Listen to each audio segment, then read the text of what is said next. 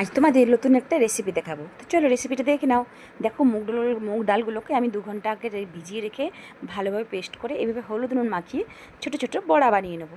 তোমরা নিরামিষ দিনে এই রান্নাটা করবে, দারুণ লাগে। আর দেখো এখানে কড়াইয়ে তেল দিয়ে 5 ফোড়ন শুকনো লঙ্কা দিয়ে ঝিঙ্গিগুলো ভেজে নেবো অল্প হলুদ দিয়ে আর নুন দিয়ে।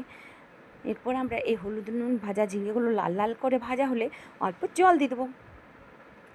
নিরামিষ দিনের রান্নাটা খেতে ভীষণ সুন্দর লাগে। এই রান্নাটা হচ্ছে ঝিঙে দিয়ে মুগ ডালের বড়ার ঘন্ট। আর দেখো জল দিয়ে এখন ফুটতে দিয়ে দিলাম, একদম ঝিঙেগুলো ফুটে উঠেছে। তারপর আমি বড়াগুলো দিয়ে দিলাম। আর এখানে সর্ষে বাটা আর কাঁচা লঙ্কা দিয়ে পোস্ত বাটা দুটো আছে। আর এখানে দেখো পোস্ত বাটাটা দিয়ে দিলাম। ভালোভাবে খুব নাড়াচাড়া করে অল্প কাঁচা তেল দিয়ে উপর থেকে তোমরা চাইলে মিষ্টিও দিতে পারো, আর অল্প সর্ষে বাটা দিয়ে দিলাম। খেতে কিন্তু দারুণ লাগে। তোমাদের রেসিপিটা কেমন লাগলো অবশ্যই জানাবে। আর অল্প তোমরা কিন্তু তেঁতুলের টকও অ্যাড করতে পারো। চলো রেসিপিটা কেমন জানাবে। দেখা হচ্ছে পরের ভিডিও। বাই।